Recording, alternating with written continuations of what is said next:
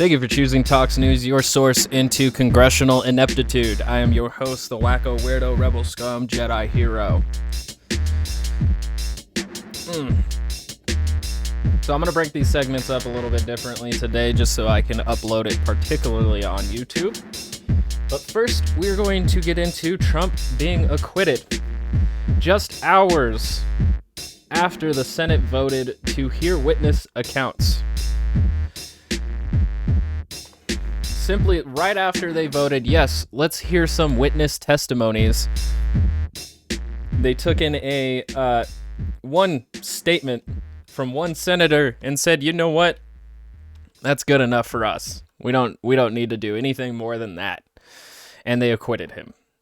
Symbolically, this whole impeachment trial was. It's the shortest in U.S. history, only feeding into the idea that this was all just a symbolic move to show that Democrats have some kind of integrity while Republicans are still the party of Trump. So, so I did a little bit of digging to see exactly what had happened when they voted for the witnesses and then decided not to follow through on that. It's very curious to me indeed. How can you vote for that and then immediately go, you know what, that vote no longer matters. Let's just vote on whether or not he's guilty. And even through my little bit of research, I have yet to find really anything that was significant enough as to why this happened. So, Politico reports that that the trial ended with several unresolved mysteries that might be addressed in the coming weeks and could shed new light on Trump's conduct, which was the whole point of actually having witnesses testify. So it's very fascinating here that, like, at this point, who cares what Trump's conduct was? Who honestly cares? Because there's no consequences to be had at this point.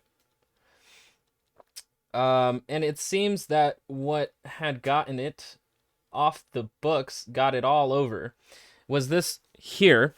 It says, Senate Democrats were blindsided on Saturday morning when the House impeachment managers sought witness testimony, resulting in a majority vote to call witnesses. But after negotiations among Democrats, the managers later relented and simply allowed a public statement from Representative Jamie Herrera Butler, Republican of Washington, to be entered into the record. Herrera Butler, sorry if I said Butler earlier, it's Butler, said in a statement late Friday evening that House Minority Leader Kevin McCarthy, Republican of California, had told her that Trump denied his pleas to forcefully call off the rioters on January 6th, setting off immediate calls for a more thorough airing of the evidence against the former president. Not sure, like, how any of this makes the through line of, like, now we don't need witnesses. Again, that just brings up more questions than answers. The decision to skip live testimony left those details unconfirmed and poised to emerge after Trump is free of the trial. Free of any consequences is what we're looking at here. So, honestly, the most inept Congress that has to be in existence in history, that allows this man, who has faced no accountability for any of his actions so far, continues not to face any accountability. So that's all amazing. And even after Mitch McConnell went up, voted to acquit the president, former president, we have this. January 6th was a disgrace. American citizens attacked their own government. They used terrorism to try to stop a specific piece of domestic business they did not like. Fellow Americans beat and bloodied our own police. They stormed the Senate floor. They tried to hunt down the Speaker of the House. They built a gallows and chanted about murdering the Vice President. They did this because they'd been fed wild falsehoods by the most powerful man on earth. Because he was angry he'd lost an election. Former President Trump's actions preceded the riot were a disgraceful dereliction of duty. The House accused the former president of, quote, incitement. That is a specific term from the criminal law. Let me just put that aside for a moment and reiterate something I said weeks ago. There's no question, none, that President Trump is practically and morally responsible for provoking the events of the day. No question about it. The people who stormed this building believed they were acting on the wishes and instructions of their president. So after Mitch McConnell votes to acquit Trump, he basically says that he agrees with the Democrats. Wow.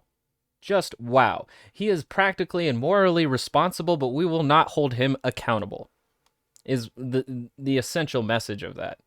Wonderful stuff. Amazing stuff. To say that he's responsible, but holds no accountability whatsoever. And so, to bring this all into a broader context of how Republicans are dealing with this, we have Chris Wallace interviewing Lindsey Graham on Fox News.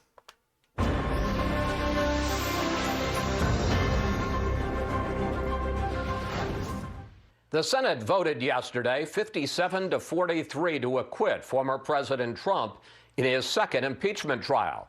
7 Republicans broke party ranks to join with all 50 Democrats, making it the most bipartisan vote ever to convict a president. But it was still well short of the 67 votes needed to find him guilty. In a moment, we'll speak with Republican Senator Lindsey Graham, who was in the center of the action. But first, let's bring in David Spunt on Capitol Hill on the trial's surprising final day. David. Hi, Chris. As expected, Democrats voted unanimously to convict, but they needed 17 Republicans to join. We have no power to convict and disqualify a former office holder who is now a private citizen. While Senate minority... Now, that is only of the opinion of the Republicans based on the precedent they set by acquitting Trump of his charges. It would have been in the bounds of them to disqualify him from office had they voted to convict. Now, on top of it, this impeachment trial could have been held while Trump was still in office. But the Senate was adjourned during that period by, guess who? Yeah, you guessed it, Mitch McConnell. So Mitch McConnell pushed it off to the point where Trump was no longer in office so they could have this argument.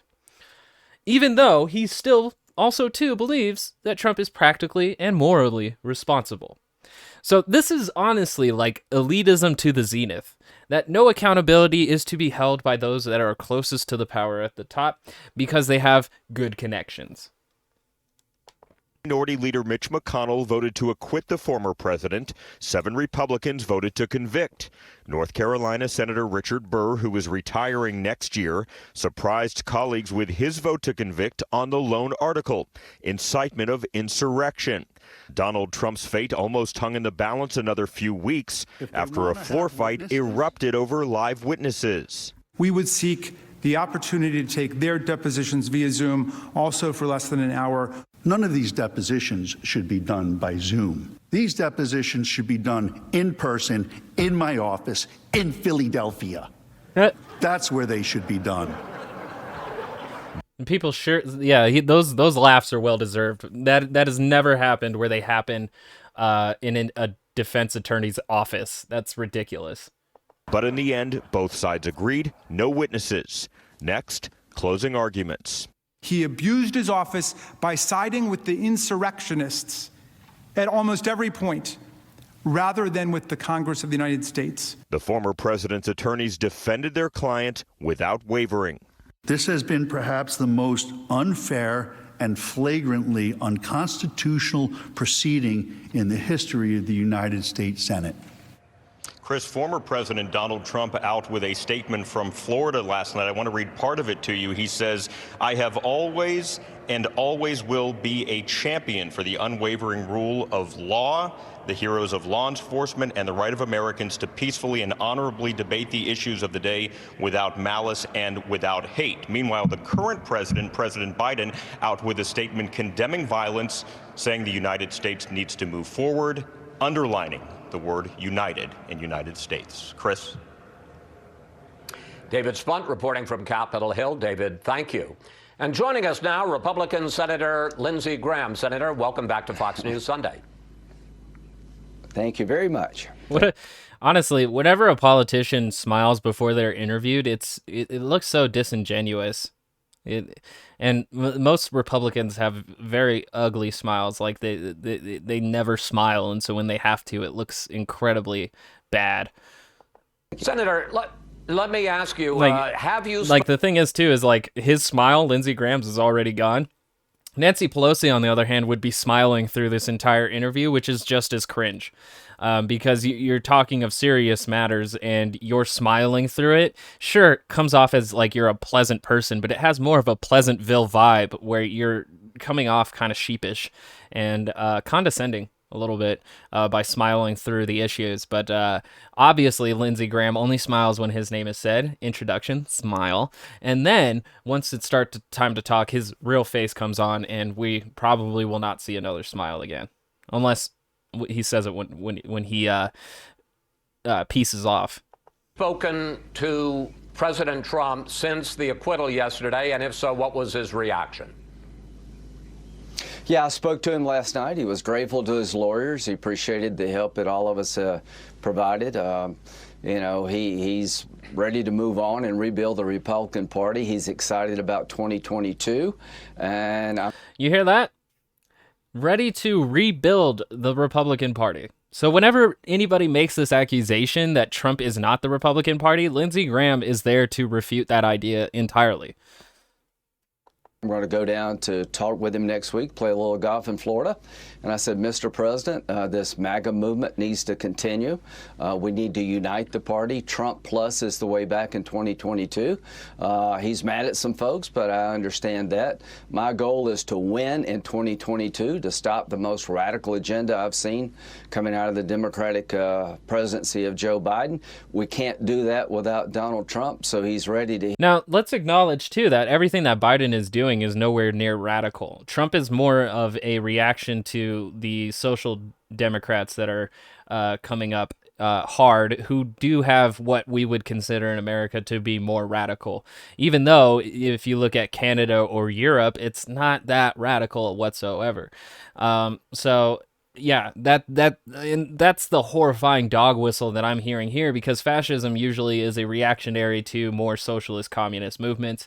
Democratic socialism, not quite socialist, but it is a stronger welfare state that it seems that the fascism of the United States does not want to be a part of. Hit the trail, and I'm ready to work with him. Well, let me ask you about one person that he might be mad at, and tell me if he is or he isn't. Mitch McConnell, who made a curious speech yesterday in which he basically said the president is guilty, but that the Senate doesn't have the power to convict, to act against a former president. What did he think of McConnell's speech? What did you think of McConnell's speech? Well, number one, I was a bit surprised, but I heard this in 1998. I've been in 3 of the 4 impeachments. I'm sorry about that. But the bottom line, in 1998, you had a lot of Democrats acquit Clinton, but got on the floor and said how bad he was. So, you know, Nancy Pelosi called us all cowards. I don't think most Republicans care what she thinks. And I think Senator McConnell's speech, he got a load off his chest, obviously. But unfortunately, he put a load on the back of Republicans. That speech you will see in 2022 campaigns. I would imagine if you're a Republican running in Arizona or Georgia or New Hampshire, where we have a chance to take back the Senate, they may be playing Senator McConnell's speech and asking you about it as a candidate. And I imagine if you're an incumbent Republican, there are going to be people asking you, will you support Senator McConnell in the future? And that's the horrifying thing here of the acquittal of Trump, is that for Republicans, the rest of the time, we're going to find out if they're truly Republican or if they're Trump loyalists. And the Trump loyalists are more likely to radicalize people further to the right because of Trump's tendencies of ultra-nationalism and American exceptionalism, something that we talk about constantly on this podcast because it tends to take on more toxic benefits than anything that's actually positive for the country. So that's the unfortunate thing here that we are going to see continue to build, is that more people are going to build on the idea that we need to go back to Trump, and the Republican Party is going to look at his presidency with rose-colored glasses in the same way that they do with Reagan. And the unfortunate thing is that Trump's presidency is like engulfed in conspiracy theories, and so having that combined with a demagogue idol worship, like, we are getting so close to fascism. It's making me nervous that under Biden, there's a lot of work to de-radicalize people away from the idea that Trump was anything good for the United States. So I like him, Senator McConnell. He worked well with President Trump. I think his speech is an outlier regarding how Republicans feel about all this. I thought the impeachment trial was not only unconstitutional, I condemn what happened on January the 6th, but the process they used to impeach this president was an affront to rule of law. He's the first president to ever be impeached without a lawyer, without a witness, without ability to confront those against him, and the trial record was... Okay, he had two lawyers there. They defended him, so it's weird that he somehow doesn't have lawyers now. The witnesses were voted for, but then the House managers decided, you know what, never mind on that, because now we have this testimony from one Republican from Washington, so now we don't need to do witness trials. The whole thing was a symbolic move to show that Democrats are against what the right is doing, even though they will do barely anything to actually hold them accountable. Like the fact that Marjorie Greene Taylor is still, like, yeah, she got pulled away from a committee, but the fact that she's still able to hold office is insane. The fact that CNN highlighted that she came to terms with 9/11 not being an inside job in front of everybody, again, that's like this level of just like insanity that the Republican Party has leapt to, and that the Democrats are actually allowing to happen. All of this stuff that they're doing that's opposing is like 100% symbolically, especially after Nancy Pelosi just came out and said that we need a strong Republican Party. We don't. We really don't. We need a party that is more concerned about American citizens than they are about one guy. Was a complete joke, hearsay upon hearsay, and we've opened Pandora's box to future presidents. And if you use this model, I don't know how Kamala Harris doesn't get impeached if the Republicans take over the House, because she actually bailed out rioters, and one of the rioters went back to the streets and broke somebody's head open. So we've opened we're gonna need citation needed on that one. Definitely going to need citation needed on that one. But if there is justifiable articles of impeachment against Kamala Harris, I will probably support it. It has to be justifiable, though. I think incitement of insurrection and also aiding the comfort of insurrectionists by not immediately calling the National Guard and also denying the call, as the Politico says here. It says that right here, Trump denied his pleas to forcefully call off the rioters. That's aiding comfort to insurrectionists, a part of Amendment 14, Section 3. The Republican Party just came out that you can not be held accountable if you are not holding office. But if you held office when your actions occurred, that doesn't matter. It doesn't matter because you're no longer in office. And like I said earlier, it has a lot to do with how Mitch McConnell had adjourned Senate before Trump had actually left office. So again, like this whole thing is the society of spectacle. It's all spectacle, and it's horrible because it does literally absolutely nothing for anybody who votes, anybody who pays their taxes, and anybody who works a 40-hour job. This does absolutely nothing for you and works only in the continued progression of the Republican agenda, which is moving farther and farther right each and every year. Pandora's box here, and I'm sad for the country. Because like again too, that allows like people who resign to not have any accountability whatsoever. If they leave office just before they're convicted or just before the trial happens, then there's no accountability to happen whatsoever. That's the precedent that Republicans set by saying that it's unconstitutional to impeach President Trump for being a former president. Does Donald Trump bear any responsibility for the attack on the Capitol on January 6th? No. In terms of the law, no. He bears responsibility of pushing narratives about the election that I think are not sound and not true. But this was politically... And that narrative led to the incitement. That's the incitement, was that narrative. So how are those two things not connected? Protected speech. The speech on January the 6th was not an incitement to violence. Every politician has used the word fight hard. So I don't think he caused the riot. His behavior after the election was over the top. There was a pre-planned element to this attack, Mr. Wallace, that we need to look at. Did Nancy Pelosi know on January the 5th that there was a threat to the Capitol? What did President Trump do after the attack? We need a Why do we need to know if Nancy Pelosi knew? Because if Nancy Pelosi knew, then that means almost everybody knew. And if everybody knew, then there's a severe, ineptitude going on in Washington that allowed this to go that far. 11 Commission to find out what happened, to make sure it never happens again. And I want to make sure that the Capitol footprint can be better defended next time. So I want to look at what Pelosi knew when she knew it, what President Trump did after the attack. I mean, like, gone over this multiple times. It's literally like when you refute a right-wing argument, you just go in circles, man, just endless circles. But the National Guard was at the Capitol immediately when there was a Black Lives Matter protest going on. When it was the Trump protests, Stop the Steal, there was only Capitol Police who were barely even armored up. And eventually, when the National Guard was called in, it was already far too late. So, yeah, there's a very large level of ineptitude going on here by our leaders. And you can't tell really how much of it was to serve the narrative and to serve the spectacle here, because nobody's facing accountability for anything. Absolutely nobody. The only ones who are actually facing consequences for their actions are the ones who stormed the Capitol based on what the president had said. And on the Senate side, was Senate leadership informed of a threat? So there was a pre-planned element to this attack, totally unconnected with the speech.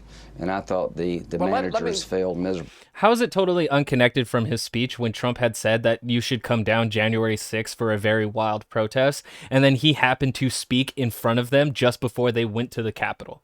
How is there no through line there? How is Lindsey Graham able to do these mental gymnastics for Donald Trump? In making the case. Let's pick up on something that you specifically talked about. Let's look at the timeline of what happened that day, especially after the riot began.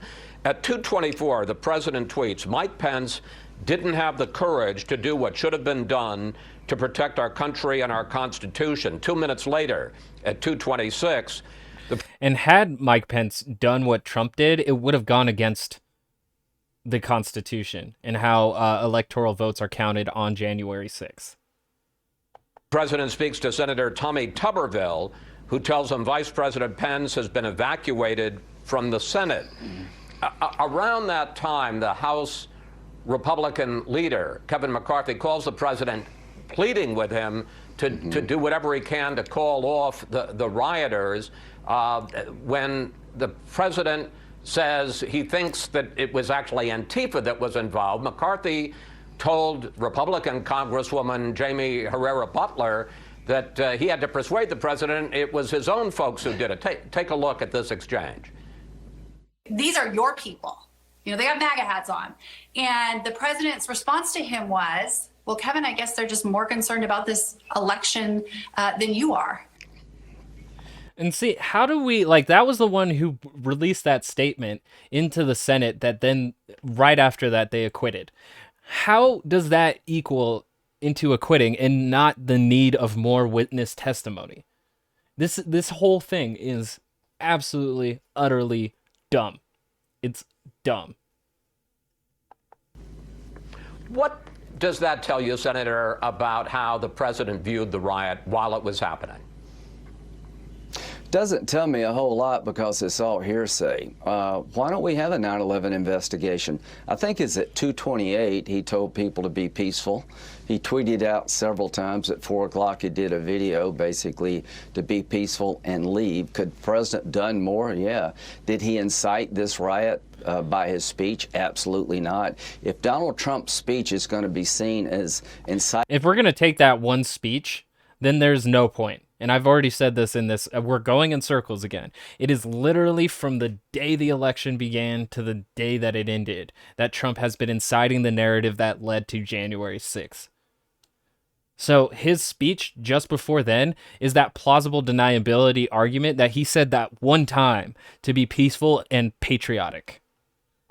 Indictment by a politician to call violence about every Democrat and Republican up here is in trouble. But I'd like to know that. I'd like to know, did the Capitol Hill Police inform the House Sergeant at Arms and the Senate Sergeant at Arms the day before the attack that they needed more troops? So I want to look at all of it. Senator, I want to just pick up on that because, and the question of the president's personal responsibility, whether it was legal or not, whether his personal responsibility. Here's what you said on January 7th, the day after the riot. It breaks my heart that my friend, a president of a consequence, would allow yesterday to happen. And it will be a major part of his presidency. When it comes to accountability, the president needs to understand that his actions were the problem, not the solution. His actions were the problem, allowed the riot to happen. It sure sounds like you're saying that he violated his oath of office. Goddamn, Chris Wallace, always consistent.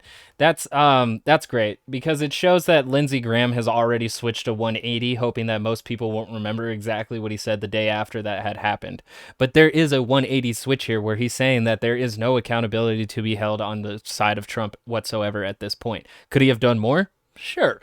But is he really accountable for what happened? No, says Lindsey Graham. No. But the day after, he says that his actions are part of the problem. But that's no longer the case, and let's hear why. No, I think what he did is he encouraged supporters throughout the country to fight like hell to take back an election that he thought was stolen. A lot of politicians have said that. On January the 7th, he wasn't impeached. The guy was impeached within 48 hours. He didn't have a lawyer, no evidence gathered. The speech of January the 6th is politically protected speech, in my view, did not cause the riot. It doesn't represent the 74 million people who supported him. This will be part of his historical record of the Trump presidency. But Democrats, because they hate his guts, wanted to impeach him before they ever met him, have now started a process that you can impeach somebody in the House within 48 hours without a lawyer, without a witness, without the ability to cross-examine those. Because that's what happens in a House introduction of impeachment articles. They're constantly doing this too, where they're mixing up the trial with the introduction of the articles of impeachment. The articles of impeachment are to be introduced in the House. They are to be voted on by a 2/3 majority. If the 2/3 majority passes, then the articles of impeachment go to trial. The president then has 10 days to say why he is innocent of these charges, and the House is able to read those and drop the charges. As far as I know, Trump did not submit that letter within 10 days. But instead, Senate Mitch McConnell decided to adjourn the Senate before they could do the trial while he was in office. This is all a bunch of bullshit. Against you and have a trial record based upon articles from the media. This thing is turning into a nightmare for the presidency. I rejected the article of impeachment. I didn't think President Trump... The nightmare of the presidency for me at this point is that it shows that no president will actually ever be held accountable for anything. was guilty, and you have now opened up Pandora's box. As to Senator McConnell, he is a friend, but he's going to be center stage now in the 2022 effort to take back the Senate. I've been asked by a lot of people, Chris, calm President Trump down. Talk to him, get him to calm down. Sometimes he does and sometimes he doesn't. But to my Republican colleagues, this is a two-way street. 90% of the Republican Party thought this impeachment was a partisan exercise. That's what I thought. He is out of office. And so to the Republican Party, if you want to win. Honestly, it's only partisan if you believe that Trump shouldn't be facing accountability for his actions, for his rhetoric, for his narrative, for all of that. That is the only partisanship that is going on here. And the Republicans have shown that they are Trump loyal, and that is it. That is the partisanship that's going on here. It's not that we hate Trump and that's the partisanship. It's that people have to face accountability for their actions, especially when it leads to death. The Republicans just showed that, no, that does not matter if we like you enough. Win and stop a socialist agenda, we need to work with President Trump. We can't do it without him. And to you, you hear that? To work against the socialist agenda. It's a reactionary movement to move against anything that would actually benefit working class individuals, because true socialism is focused on helping working class individuals. President Trump, you need to build the Republican Party stronger. I'm into winning. And if you want to get something off your chest, fine, but I'm into winning. And that's the unfortunate thing that I've brought up many times here, is that if Republicans want to win elections, they have to convince more voters to vote for them. If he is only solely concerned in winning, I'm not necessarily sure that they're willing to compromise or move their positions to benefit the most amount of people as they possibly can.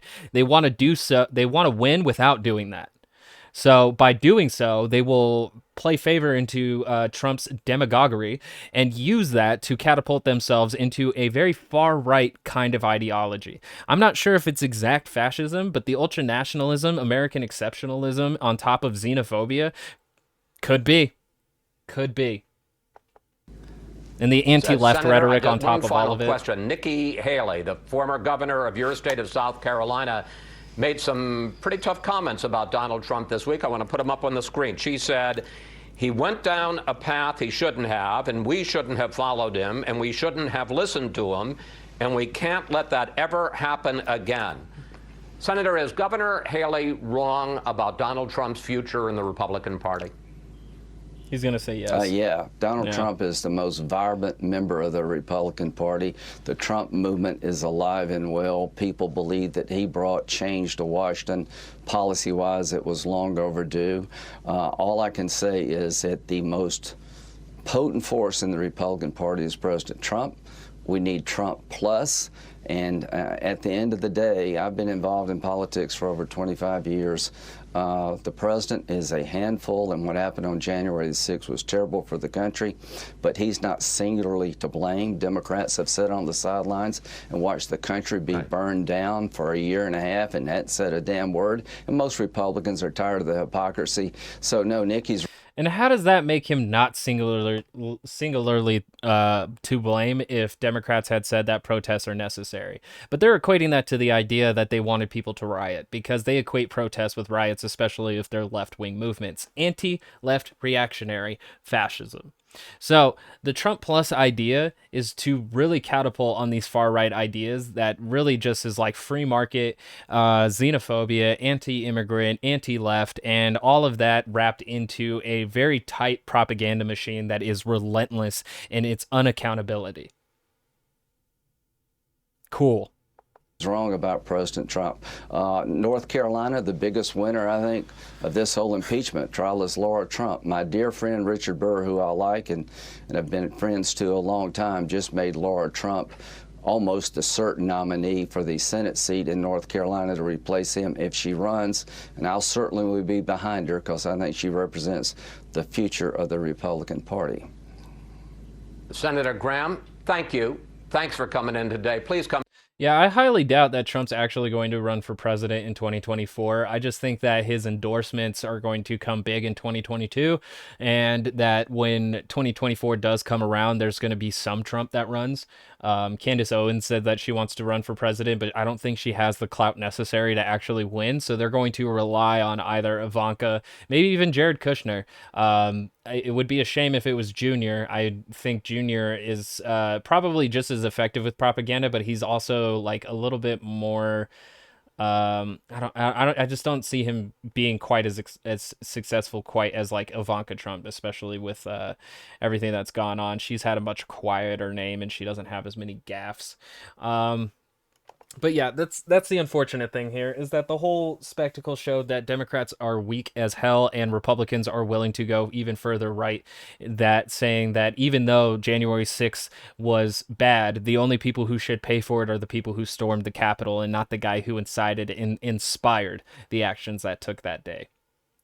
So we're going to take a short break, and then I will be back with PragerU versus Gravel Institute. Stay tuned for more Talks News.